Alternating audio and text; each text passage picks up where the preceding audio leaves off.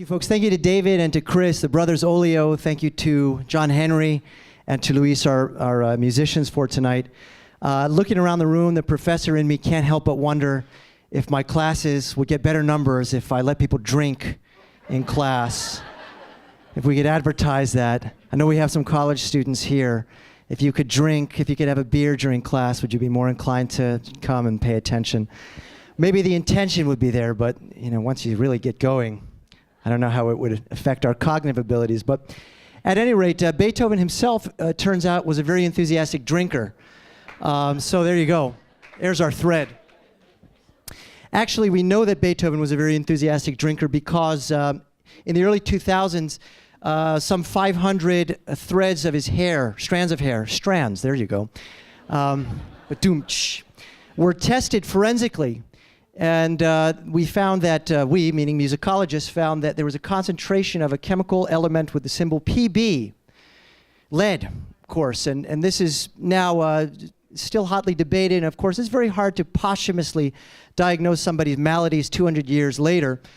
But there seems to be some evidence suggesting that Beethoven suffered from lead poisoning, and that, in fact, he may have hastened the onset of those symptoms by drinking with quite high frequency, I might add, particular types of cheap wines that he would buy, and these wines were sweetened with lead acetate. So there you go. As you sip on your wine this evening, just thank the heavens that there's no lead acetate sweetening wine these days. I want to start with a story that dates to 1806. Beethoven at this time is in his mid-30s, and he's at the palace of a very wealthy patron, a man by the name of Lichnowsky, a prince, in fact. Lichnowsky had been a patron of Beethoven's officially for 6 years at that point. He was paying him a very handsome yearly stipend, more than 500 thalers, enough for Beethoven to pay his rent, buy his groceries. It's very important historically for musicians to have sponsorship, right? Somebody to help them pay the bills. And for Beethoven, Lichnowsky was the most prominent of his sponsors. And part of being sponsored by a man such as Prince Lichnowsky meant that Beethoven was expected to show up at the occasional dinner party and to play and entertain. Beethoven himself was a virtuoso pianist. In fact, he's sometimes called a prodigy. It should be said that he's a different type of prodigy than Mozart. Mozart, at the age of 3 or 4, depending on which biography you read, whether it's Hildesheimer or something more recent, Mozart was already playing piano, but he's already writing. At the age of 5, he's composing minuets. Beyond that, he's starting to write more elaborate piano works. And then, of course, by the age of 9, 10, 12, we know he's writing concerti, symphonies, and even operas. Beethoven is not a prodigy in that way, or to use the German term, he's not a Wunderkind in that exact way, because while he was a very gifted pianist, even from the youngest age, and he was certainly a virtuoso, and I think we could say a sort of a technical prodigy as a player, he didn't really compose his great works until he was older. I think most people would say at least in his late 20s at the earliest, right? His first great piano sonata, most would agree, the Pathetique Sonata in C minor. We'll talk about that a little bit later. And it turns out that if you write your great music when you're 25, 30 years old, you're already old by classical music standards, because we've conditioned ourselves to think about people like Mozart or Mendelssohn as sort of the standard. But in fact, they were anomalies. Beethoven was asked to play at this particular dinner party that Lichnowsky had thrown. Now remember, this Lichnowsky guy, he's important. He's powerful. And as we said earlier, he pays the bills. Except that this particular dinner party took place after the onset of the Napoleonic Wars. And it just so happened that the French were occupying Vienna at this time. And Lichnowsky, being a diplomat and being someone who hobnobs and rubs elbows at the highest level of society, had some French officers over that particular evening. Now, those of you who know Beethoven's Third Symphony, how could we forget it? It's one of the strangest pieces for that particular time. Contemporary accounts say that of the people who were in the audience at the premiere in 1803 of the Eroica Symphony, about 10% thought it was a visionary piece, ahead of its time, brilliant. About 10% thought it was incoherent. And the other 80% had no idea what they had just heard. Beethoven had a fascination. you might even say a worship of Napoleon and those Enlightenment era ideals that he represented. The idea of meritocracy, a person advancing based on their talents, based on their abilities, and not based on birth. Well, after Napoleon put a crown on his head, Beethoven became very agitated, and there's a quote that's often given, one of Beethoven's famous quotes. We'll get to another famous quote in a minute. He says about Napoleon, "So he too is just a man." Sometimes rendered in slightly harsher language, I leave out the expletives. He too is just a man, suggesting that Napoleon turned out to be a massive disappointment, a man who represented positive change, and yet once he was given power, he was just another despotic tyrant. And thus Beethoven developed a very passionate and profound antipathy towards the French Grande Armée and the forces of Napoleon as they were attacking Vienna. There are some very memorable and iconic images associated with the French occupation of Vienna. One includes Beethoven huddled under a piano with pillows smothered to his ears. Remember, Beethoven at this point is suffering from deteriorating hearing sense, and of course his ears were very sensitive in some ways, so the cannon fire made him very uncomfortable. There's another image of Haydn, who was at this point the elder statesman of the musical community. Haydn at this time would have been in his early 70s, and there is a very iconic image that's often given of Haydn comforting a student and saying something like, there, my dear, it'll be over soon," as the French were attacking the city. But Lichnowsky's in politics, so he's hobnobbing and rubbing elbows with these French officers. And what does he say after dinner? The same thing he said at many of these dinners. He says, "Beethoven, play something for us." And Beethoven responds with a single word: 9. Not the number 9, the German 9, as in no. Lichnowsky, you can almost imagine him getting flushed in the face. After all, he's entertaining esteemed guests. He has an image and a reputation to uphold. And here's a musician, a low, measly musician. Musicians in the 18th century were servants. Bach was a servant. He was a servant to the Thomaskirche in Leipzig. He was a servant to Prince Leopold in Anhalt-Köthen. Mozart was a servant. He was a servant to the Archbishop of Salzburg, Hieronymus Colloredo, a real heel, you might say. He was a servant to the forces that paid the bills in Vienna when he was freelancing in the 1780s. Musicians, historically, had been servants. They were paid to do a job just like anybody else. If you had a court or a palace or a church, you needed a blacksmith, you needed a cobbler, you needed a tailor, and oh yeah, you'll have some musicians as well. But that's previous century. This is the 19th century. This is the era of Beethoven. So Beethoven says to Lichnowsky, no. And Lichnowsky, one can almost picture him, a flush perhaps creeping up his neck. He's just been defied by, essentially, as he perceives it, a servant.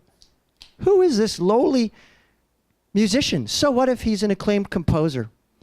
So what if he's written some symphonies and piano sonatas of note, chamber music, many other genres? So what? I pay his bills. Beethoven, I don't think you heard me, he says. I asked you to play something for us. Now, Beethoven was a famous improviser. He was noted for the ability to sit down at the piano and extemporaneously create, by all accounts, sensational, spellbinding material out of thin air. So playing was not the challenge. Clearly, Beethoven could have sat down and played anything, and presumably it would have been just as compelling and spellbinding as ever before. Once again, he looks Lichnowsky in the eye and says, 9. Lichnowsky starts to become agitated. We can imagine that flush that was creeping up his neck. He's had a few glasses of wine with dinner. Now his face has become quite sanguine. And he says to Beethoven something to the effect of, Beethoven, do I have to remind you who I am? In other words, hey pal, I pay the bills. Don't forget who's buttering your bread. And the prince says, for defying me, I could have you put in jail. And you know what? By 1806 standards, he could have. That sort of contemptuous action towards a man of the standing of Lichnowsky absolutely could have landed Beethoven in very hot water. But the conversation continued. Beethoven responds, oh, I know who you are. You do? So play. Beethoven stands up and says, no, I don't think I will. And he leaves. Storms out of the palace. But before he does, he writes a letter. And this letter has been preserved by posterity because it's not particularly elegant, but I would say very memorable in the way he excoriates his employer. He says, Prince, that's how he addresses him. You are what you are by the accident of your birth. There have been 1,000 princes before you. There will be 1,000 princes after you. There's only one Beethoven. Yeah. That's a great line. I think it's fair to say, you know, John Cena's in town, right? So we might say in wrestling terms, Beethoven cut a promo on his nemesis in this situation. He let Lichnowsky know exactly where things stood. And musicologists often point to this note as representing not only Beethoven's indefatigable spirit as a composer, as an artist, as a creator, but also a paradigm shift that takes place within the realm, the microcosm, if you will, of composers and the role of composers in society. We're coming up next year. 2020 will mark 250 years since the birth of Beethoven. Beethoven was born in Bonn, West Germany. Of course, there was no Germany back then, but he's born in the city of Bonn in 1770. So we've got 250 years to meditate upon next year. And nobody remembers Prince Lichnowsky, Karl von Lichnowsky. Who's he? He's the jabroni who got his blank handed to him by Beethoven. And in fact, Lichnowsky, we know from his diatribe, could have in fact disciplined Beethoven very harshly. He chose not to. Musicologists often posit that the reason he did not discipline Beethoven was because he admired the gumption, if you will, the chutzpah of this man to defy him the way that Beethoven did. And if we jump a mere 20 years into the future from that point to 1826, say, a year before Beethoven's death, we find that indeed music has experienced a paradigm shift. The arts have experienced a paradigm shift, and they would never be the same. Musicians went from being servants to being regarded as demigods, inimitable, unique, capable of creating something that doesn't merely delight the senses. That was sort of the purpose of music in Mozart's day. Famous musicologist from that period, 1770s, by the name of Charles Burney, Dr. Charles Burney. We know professors love their honorifics. Dr. Charles Burney was asked, Professor Burney, what's the purpose of music? And Burney has, frankly, one of the most boneheaded responses in music history. Boneheaded, I think, because of the way Beethoven reprogrammed us in the 19th century. Burney says, oh, that's easy, my student. The purpose of music is to delight the senses and to distract us from worldly woe. In other words, you know, you catch a cold, you got to pay taxes, life's filled with unpleasant things, but music should delight us. It should give us something pleasant to take our attention into a higher realm of stimulation of the senses. Well, I think Beethoven might have puked if he'd heard that. Bach certainly would have. Bach wrote a cantata, BWV 179, Sehet so, dass deine Gottesfurcht nicht Heuchelei sei. Translation, see to it that your fear of God is not Heuchelei, hypocrisy. Late in that cantata, there's a soprano solo. Imagine a 10-year-old boy in the top of the fifth octave, singing, Hilf mir, Jesu, Gottes Lamm. Meine Sünden kränken mich. Help me, Jesus, Lamb of God. My sins make me sick.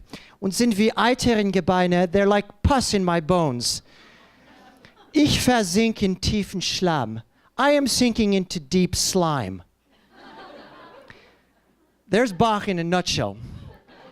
The purpose of music is not to delight the senses. The purpose of music is much higher. In Bach, I think it's to intensify devotion, to bring the listener, in other words, the congregant. Bach didn't have an audience the way that later generations of composers did, to bring them closer to God. And in Bach's case, that would be specifically the Lutheran God. But we won't touch that right now. Ich versink in tiefen Schlamm. I sink into deep Schlamm. Schlamm's one of those great German words that doesn't need a translation. For Mozart and Haydn and the classical composers of the Enlightenment period, music is about delighting the soul. And we get these melodies in Mozart almost always in sunny major keys. Mozart, of course, for 41 symphonies, 39 of which are in major keys. He wrote 27 piano concerti, of which 25 are in major keys. 39 out of 41, 25 out of 27, 17 out of 19 piano sonatas, 5 out of 5 violin concerti, 1 out of 1 clarinet concerto. Major keys dominate in that period. And that's going to change, and we're going to see that in the first piece that our musicians tonight are going to play when they play Beethoven's Opus 5, number 2 in G minor. But with Mozart, we tend to get this very sunny quality in the music.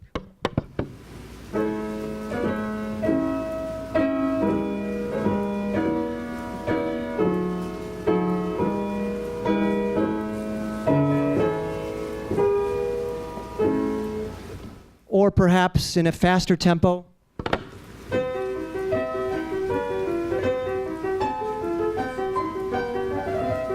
Or maybe it's...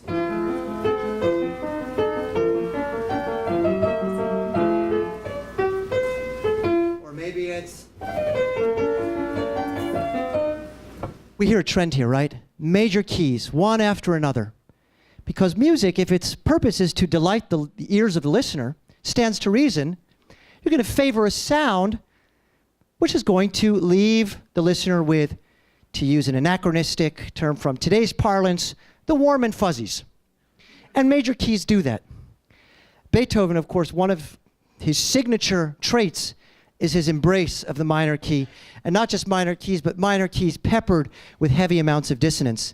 In 1797, Beethoven wrote a piano sonata, the Pathetique, which would in many ways redefine the approach to writing piano repertoire, and certainly the sonata as a genre. It starts at the slowest of tempo, grave adagio, the lowest register.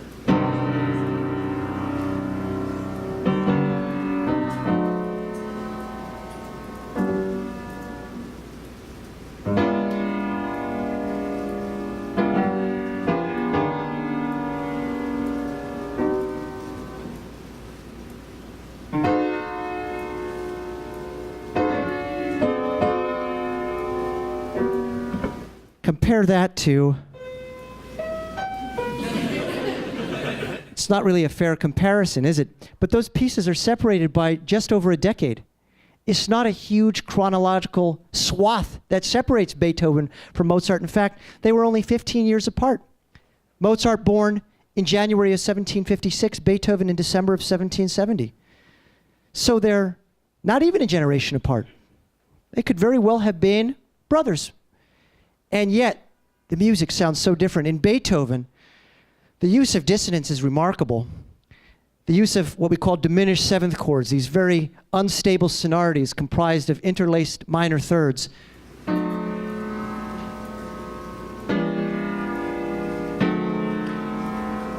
I've had students say, oh, that sounds like something out of a horror movie. Well, yeah. It's hard to find a film composer who isn't influenced to some degree by, if not directly by Beethoven, then by the innovations of that period. So that impact still resonates today. And we hear it in the Pathetique, especially in the second bar, where Beethoven anticipates the tonic chord and still has the diminished seventh against it, or as they would say in Winnipeg, against it.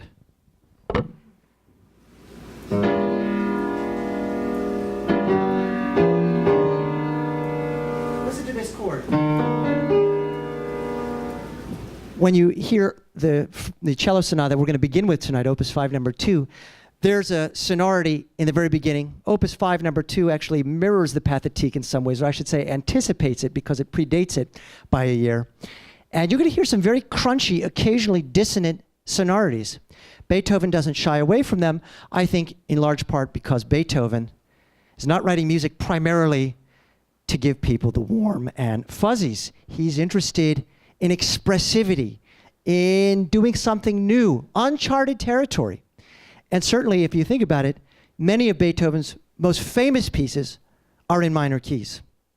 We'll talk more about some of those pieces in the second half of tonight's program, but just to name a few, the Pathetique, 1801, the Moonlight Sonata. Everyone loves the first movement. Nobody ever plays the third for some reason. I wonder why. Other piano sonatas, including the Tempest in D minor, the Appassionata in F minor, the Opus 111, his last piano sonata in C minor, the Ghost Trio also in C minor, Symphony number 5 in C minor, ending in C major, but that's a story for another day. The Ninth Symphony, of course, is in D minor primarily. The Seventh Symphony, the most famous movement arguably, the Allegretto, is in A minor. So we sort of see the reverse of what Mozart is known for. Mozart having really embraced those light and breezy major keys.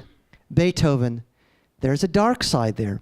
I'm not suggesting that Beethoven exclusively wrote in minor keys or even that his best works have to be in minor keys. Even his works in major keys tend to, I see some couples in the room, so I'll say, they tend to flirt with minor keys. And it's that duality, that opposition, that dichotomy, if you will, that drives so much of his music. Who could forget the third movement of the Fifth Symphony, also in minor? The Scherzo.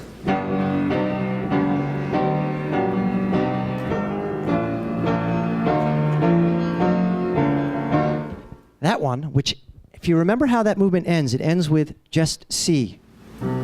Actually, in the lowest octave. With percussion, just timpani lightly. And we get a violin.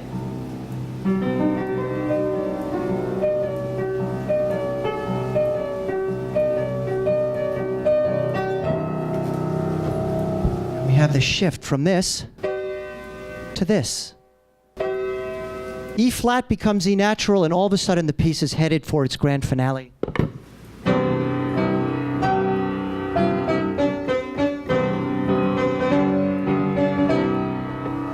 In C major. So that duality is something to listen for tonight, how Beethoven juxtaposes major and minor keys. We'll see it in the middle piece on tonight's program is Beethoven's Cello Sonata in C major, where we get this beautiful teneramente, tenderly, he says in the instructions section, opening in 6/8 time. Then we get to the main theme, the Allegro, and it's all in A minor.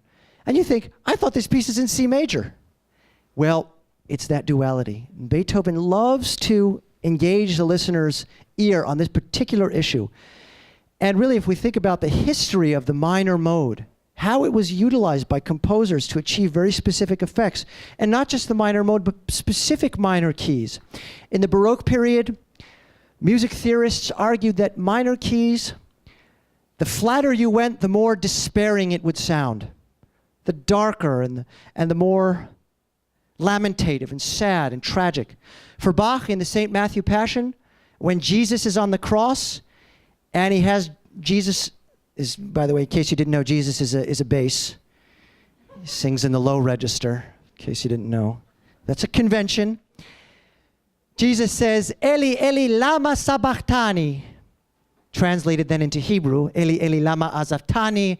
And then finally, of course, the evangelist translates it for us. And those words, of course, mean, my God, why hast thou forsaken me? It's Jesus at his most human, at his most despairing, his most fragile and vulnerable. This is not the Jesus who says, es ist vollbracht, it is finished. This is the human Jesus as opposed to the divine. And Bach sets that section in the deepest of deep flat territory. C flats and even an F flat there. So keys mean something, and Beethoven chooses his keys very carefully. Now, to most listeners, keys don't really necessarily have much of an impact. If I played Mozart here,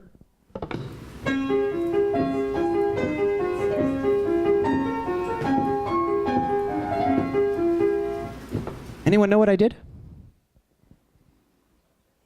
I played it in C sharp major, as opposed to the tonic really should be C major. Here's C major, here's C sharp. Does it matter? I don't think so. It doesn't disturb us necessarily. It might disturb you if we did them at the same time. Then we would get the Igor Stravinsky version. Or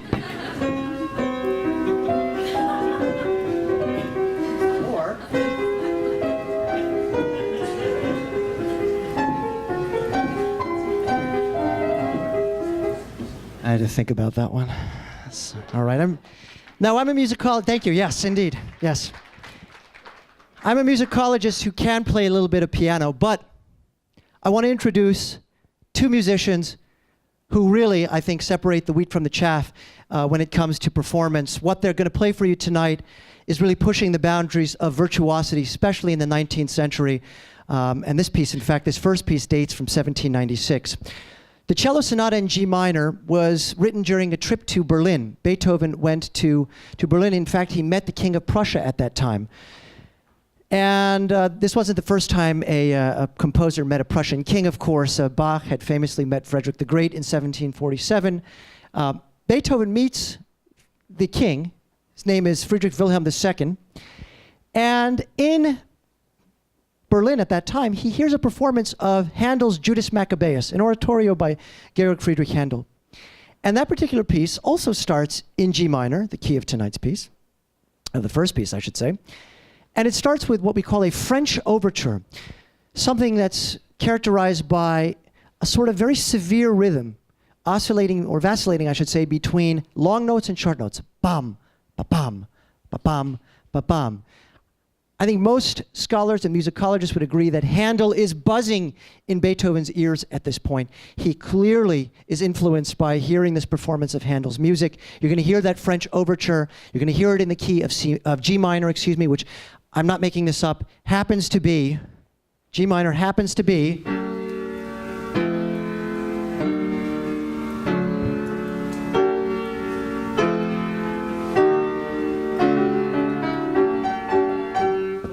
key of John Cena's theme. It's not a joke, by the way. Yes, we're mixing a little bit of the sacred and the profane tonight. But in all seriousness, I want to welcome two phenomenally talented musicians, John Henry on the cello and Luis on the piano, and they're going to play Opus 5, number 2.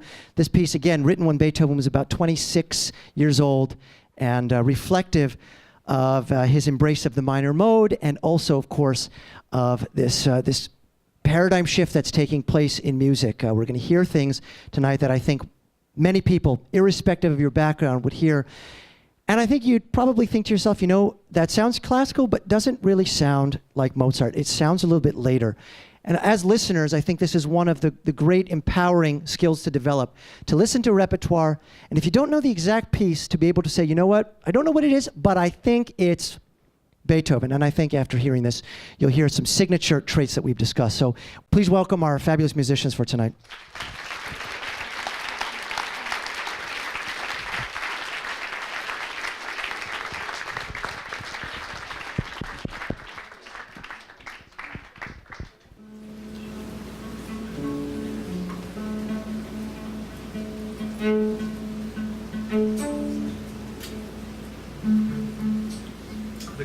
Tuning system is A440, which is 440 hertz, but it's widely believed that and acknowledged that tuning has kind of risen in its pitch over the centuries, and this is about A430, which is maybe a good estimate of where Beethoven's pitch may have been.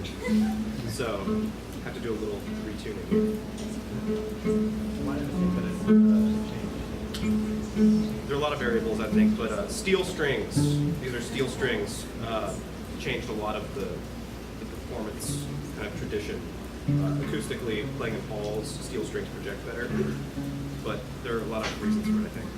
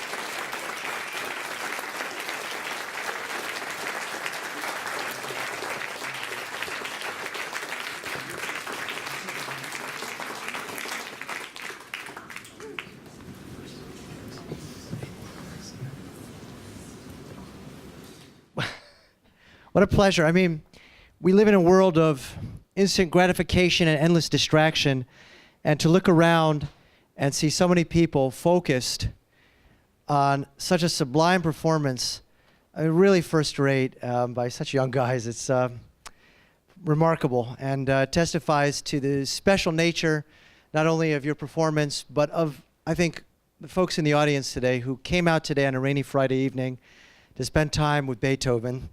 I think sometimes I get asked at these programs, what is the future of classical music? Well, of course, I'm not an oracle, but I can tell you that when I meet young musicians who play this music, and of course I think it doesn't need to be said, but it should be said anyway, hundreds, thousands of hours of practice, honing their craft, every note given such special attention and thought. Thank you so much for being here, fellas. Remarkable.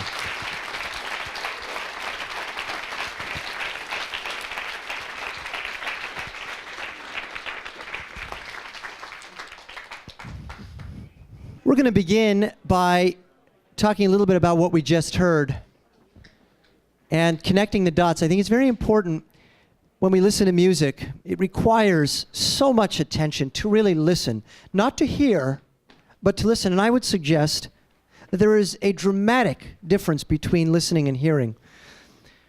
To hear something is to let it enter one ear and go out the other. To listen is to concentrate and requires great focus. A 19th century German philosopher by the name of Arthur Schopenhauer was a great favorite of Wagner's, wrote a tome. It's a huge, massive, sprawling codex of information, and he called it in German Die Welt als Wille und Vorstellung, the world as will and representation, and obviously contains a tremendous repository of information on a number of subjects. But I'm most interested in part 4 of Schopenhauer's tome. In part 4 of The World as Will and Representation, Schopenhauer talks about, go figure, music. And he talks extensively about music. And he says music is the greatest of all the artistic disciplines, with apologies to the art historians, the dancers, the painters. But for Schopenhauer, at least, music reigns supreme. And when asked to expound on that idea, Schopenhauer does so in this tome I alluded to. And what he says, in a nutshell, is that music is the greatest of the arts because music is the most abstract. In other words, if you were to look at a painting from Schopenhauer's time, say something by Caspar David Friedrich, two men contemplating the moon, that sort of thing, you know what you're looking at. Well, there's two people, and they're staring at the moon, and they're sort of shrouded by nature, enrobed in the abstraction that is the unexplored, uncorrupted world of the forests and trees and lakes and rivers and so on. You know what it is, but when you listen to a cello sonata, how do we know what to listen for? It's not the same as, say, having an opera.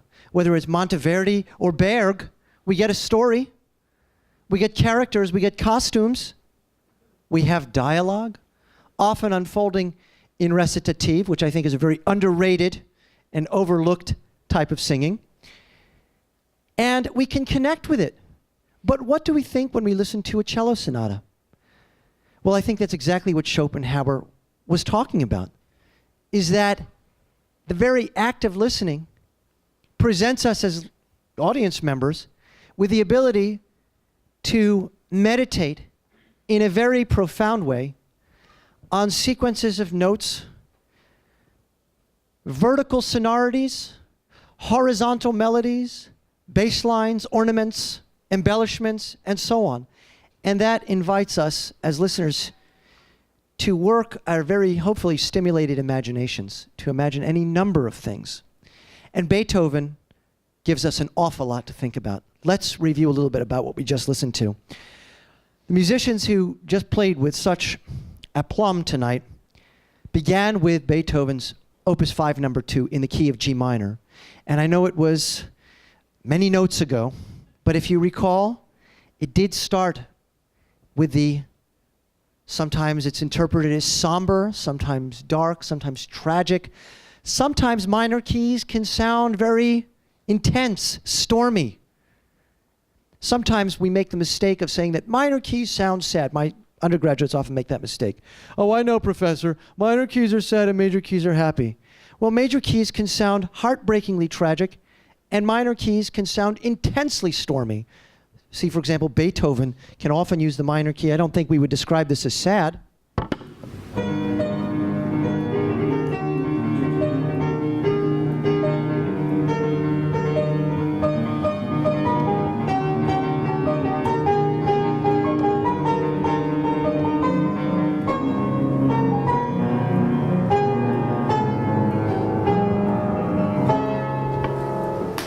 Ending on the Neapolitan sixth chord, a great chord for you music theorists out there. Yeah. That's not sad. So too, in Beethoven, we have this wide spectrum of what minor could mean and what major can mean, what it can make us feel, what sort of emotional response it can elicit. In 1802, Beethoven wrote a heartbreaking letter. Some of you may be familiar with this document. It's very famous in the annals of music history. Is called the Heiligenstadt Testament. Heiligenstadt was then a suburb of Vienna, now is actually part of the city of Wien, or Vienna. And while Beethoven was there, he writes a letter, penned formerly to his brothers, but musicologists often interpret it as being really written to the world. And in it, Beethoven begins, how people have gotten me wrong, essentially. They think me cold, impersonal, a misanthrope, someone who hates people, but they don't know. And of course, what he's referring to, what he goes on to describe in great detail, is the onset of what would eventually become one of his most defining traits, certainly part of his legacy, and that is his hearing loss. By 1802, Beethoven had been losing his hearing for some time, and what do people do when they get sick? Go to the doctor. No, I'm going to get better. It'll get better. Headaches, they'll go away. Diminished hearing, oh, maybe it's just a temporary thing. Well, by 1802, Beethoven had come to terms with the fact that this was, in fact, an inexorable decline into the abyss of deafness. Now, the two sonatas that we heard after the first one were, in fact, sonatas written about 20 years later. That is to say, 1796 for the first one we heard. The latter two musicologists date to around 1817. So give or take 20 years. By that time, Beethoven was stone deaf. Hadn't heard a thing in a long time. I should say, hadn't heard a thing outside of the celestial realm that was his own mind, his own, what musicians sometimes refer to as the inner ear. Now, those last two sonatas that John Henry and Luis played for us were in major keys. Opus 101, number 1 in C major, and then the final piece that we listened to, Beethoven's fifth and final cello sonata in the key of D major. But in both of those pieces, Beethoven uses an awful lot of minor mode inflection, and perhaps some of you, upon reflection, will remember that. And if you don't, here's a great opportunity. We live in a wonderful time where listening to this music is more effortless than it's ever been. I tell my students, when I was in graduate school, I used to have to schlep to the library, and I tell them we used to have these things. They were these discs about that big. They had a little hole in the middle. We called them CDs. And if I wanted to listen to this music, and of course, I spent many hours in the basement of the Brandeis Library listening. Now you go home, Alexa, play Beethoven's cello sonatas. Playing Beethoven cello sonata on Amazon Music. Well, those last two sonatas are remarkable pieces. I'm going to focus on the last thing we heard because I think it's freshest in the mind. We actually heard the middle movement played first, and John Henry and I spoke about this in planning tonight's program, and we decided that the sequence worked best because that particular movement starts in a very grim, very dark place, in a very slow, grave tempo in the key of D minor. Then moves into a middle section where we hear F sharps and C sharps start to permeate the music. And D minor becomes the parallel D major. But of course, the piece at the end of that movement collapses back into this black hole of B flat and F natural, and we're back in D minor, ending very mysteriously on an unfinished chord, what musicians call the dominant chord, a setup chord, which then led into that final bright movement in D major. And I'd like to end the program with a discussion of this duality between minor and major. After all, we are here to discuss Beethoven's minor mood. Mood here is a pun on the word mode. I wish I could take credit for it, but I didn't come up with that. It may be very inviting to think of Beethoven as someone who favored minor keys because he was a dark, isolated, depressed person who struggled in romance. He did. The Moonlight Sonata, by the way, was written and dedicated to the Countess Giulietta Guicciardi, who was the daughter of an Italian diplomat living in Vienna. That Italian diplomat laughed in scorn when Beethoven proposed to his daughter. Beethoven had a knack for falling for women who were either married or way above his station. Beethoven's name, Van Beethoven, may be deceptive because you might think it's indicative of an aristocratic bearing. V-A-N is not. V-O-N, von, would be. Of course, that's not immediately obvious to people, certainly here, and it wasn't even obvious to people in Vienna of the early 1800s. Many people thought, oh, Ludwig van Beethoven, he must be an aristocrat. Well, in fact, he was not. And he did absolutely nothing to remind people that VAN simply meant he came from a Dutch background. He was very happy to have people think of him as a nobleman, coming from a rich and wealthy landowning class. It did not fool the women that he fell in love with and proposed to on occasion. So Beethoven had a very sad, I think it's fair to say, lonely romantic life, marked by rejection. And by the time he was 38 or 40, I think he knew that he would never marry. He tried to compensate for this when his brother Carl died.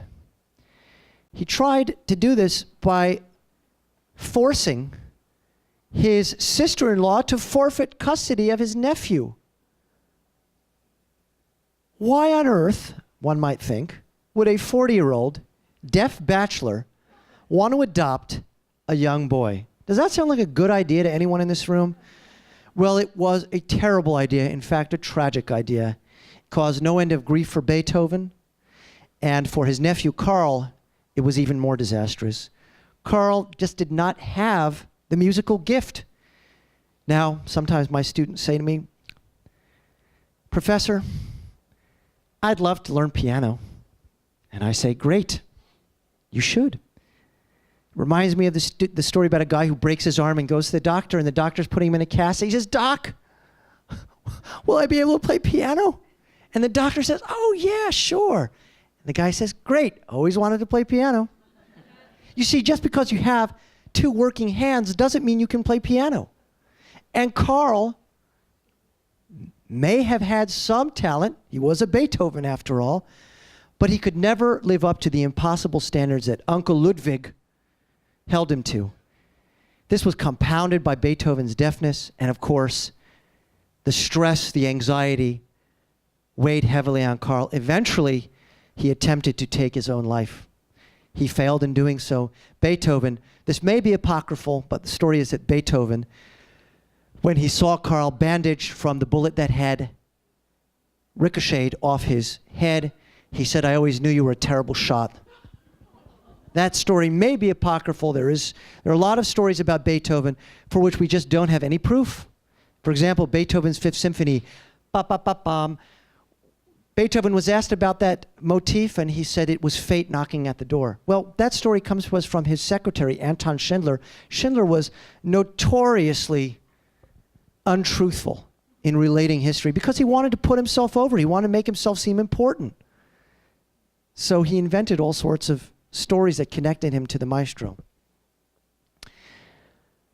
These cello sonatas are wonderful gems. And they're sort of microcosmic reflections of Beethoven's musical attitudes as a whole. It may be tempting to think that these minor keys, this gravitation towards dissonance, which we've talked about and we've listened to, some of you no doubt heard some of those vertical sonorities which introduce tones which simply don't belong together, at least if a student tried to turn it in, I would say, wait a second, what's that F sharp doing against that G minor chord, or whatever it is? Beethoven embraces this. And I don't think it's because he was a misanthrope or because he was an overwhelmingly sad or negative person. I think Beethoven believed very strongly. He believed in humanity. He believed in progress. He believed in love. And all of this coalesces in what is perhaps his best-known work.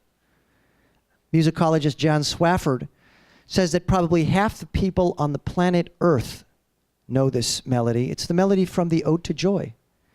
And lost in the overwhelming experience that is Beethoven's Ninth Symphony is Schiller's poem, the text of the Ode to Joy. Beethoven had been meditating on that poem for 40 years. Been marinating before its premiere in the 1820s. What is that text? Freude schöner Götter, Funken Tochter aus Elysium, wir betreten feuertrunken himmlische dein Heiligtum. Deine Zauber binden wieder, was die Mode streng geteilt, alle Menschen werden Bruder, wo dein sanfter Flügel weilt.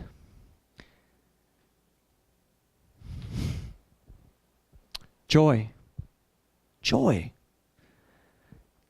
Divine spark of the gods, we enter drunk with fire into your heavenly abode. Deine Zauber, your magic, binds together. Binden wieder, was die Mode streng geteilt. What custom, what tradition has divided? Alle Menschen werden Bruder. mankind becomes like a brotherhood, wo dein sanfter Flügel fällt, where your gentle wing abides. Seid umschlungen Millionen, be embraced, you millions, diesen Kuss der ganzen Welt, this kiss for the whole world. Über Sternen muss ein lieber Vater wohnen. Above the canopy of stars, up there in the firmament, a loving father must exist. I think that's who Beethoven was. I think that's what he believed in. More than anything else, more than the heartbreak and the rejections, more than the hideous, horrible custody battle with his sister-in-law Johanna, and the failed experiment that was the wardship and the custody of his nephew Karl, the financial anxieties that come with being a musician, which Beethoven was not immune to, and the physical maladies that plagued him, horrible gastrointestinal issues, and deafness that was not an overnight sudden thing, but a slow, creeping deterioration of that which a musician, I should say, prizes most, the sense of hearing, the ability to enjoy this art. And yet, lost in a realm of silence, he gave us what we heard tonight. And if there's any explanation that you wanted to give to somebody who said, hey, this Beethoven guy, why do we still talk about him? I think that, right there, the ability to create what he created when he had every reason to throw in the towel, is exactly why we still talk about Beethoven. So thank you to everybody for coming out tonight.